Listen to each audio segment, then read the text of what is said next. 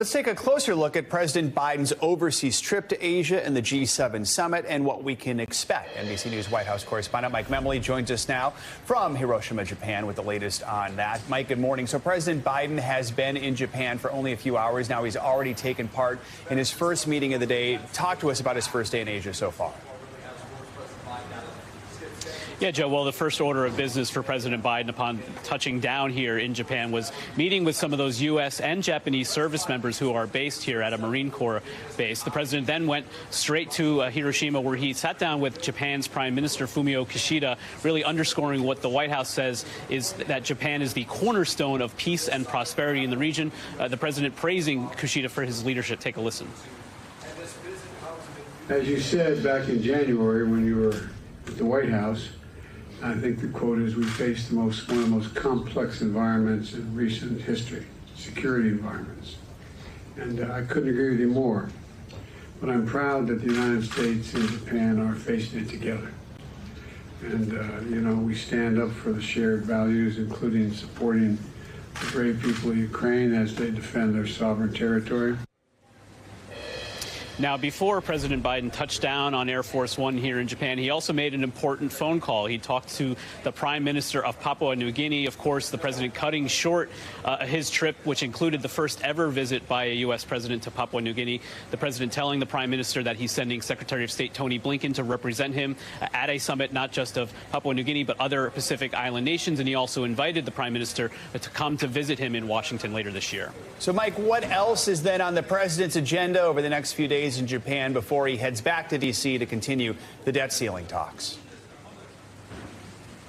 Well, at the top of the agenda, as one analyst put it here, is Ukraine, Ukraine, Ukraine. The U.S. has really been key to coordinating sanctions on Russia among the G7 countries, and that's going to be a continued focus. They may even announce some additional sanctions on Russia over their continued invasion.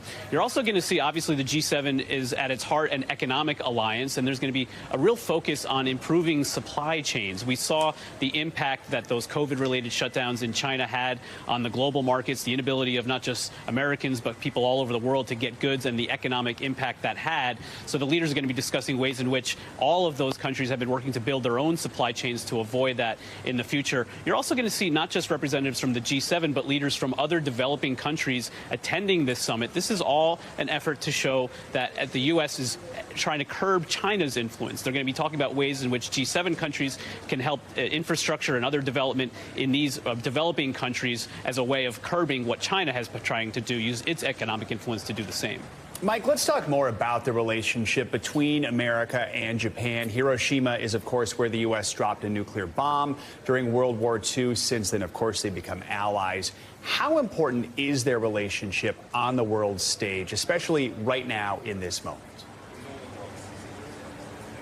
Yeah, we've been talking in American politics for so long about a pivot to Asia. This is an idea that after those forever wars in Afghanistan and Iraq, the U.S. needed to deepen its relationships with Pacific countries like Japan to curb China's growing influence. And really, Japan has been at the heart of that. We saw the president travel to Japan last year, where they announced the Indo-Pacific framework with Japan at its heart. This is a trade alliance of not just Japan, but other countries in the region. We've also seen Prime Minister Kishida leading an important step to enhance Japan's own security arrangement. This country has a pacifist constitution, of course, after World War II, but they're making some revisions in that to improve their self-defense capabilities. That's so important, of course, with North Korea, a regional threat of the first order. And that's one of the things the president has been really most proud of, the efforts by the United States to improve relations between Japan and South Korea as part of that deterrence relationship.